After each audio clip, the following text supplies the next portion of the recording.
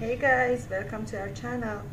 ما میخوایم یه سری چیزایی که توی حالا یوتیوب یا اینستا ترند میشه و بقیه نمیدونن که فیک یا واقعیه رو تست کنیم و اگه واقعی بود بهتون بگیم. آره. خب این راجع به کاردستی یه عنکبوته. منم اهورام، داداش المیرا. چه ربطی داره؟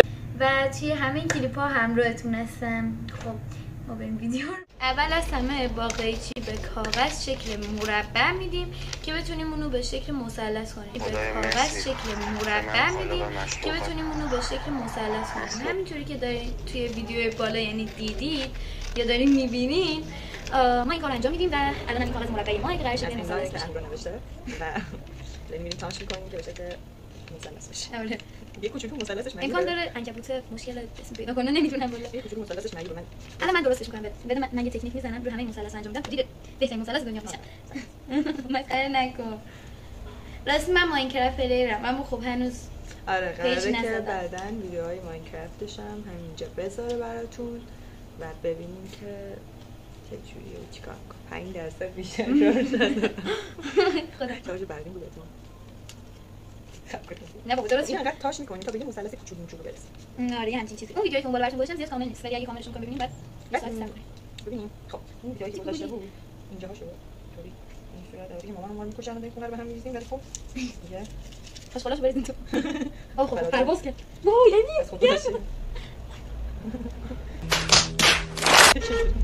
مامان رو دیگه میکنه. خیلی خوب. امیدوارم که فکر یا واقعیه. نظر من که فکر. من فکر می‌کنم شاید یه درصد واقعی باشه. من نمیدونم والا. چون که این ویدیو رو تو یوتیوب و اینستا دیدم. ببینید راجع به ماینکرافت هم ویدیوهای فیک میذارم. مثلا یکی رفته بالرینا کاپوچینو. بالرینا کاپوچینا. یعنی موجای مگه خنگ اینو بذاره توی شاید باش.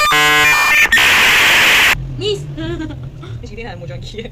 نمیدونم موجان کیه. موجان سازنده ماینکرافت یه کمپانی. لا لا لا لا.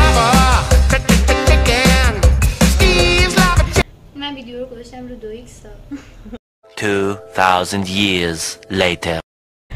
خیلی خوب بچه‌ها دیگه آماده شده. ما میریم برای تست شبیه درخت کاج همسایه است. تستش بکنیم که ببینیم واقعا شکل نشد. شبیه روزیایی شده که در 60ها میبافتن. روزیای مامان هم دقیقا همین شکلیه.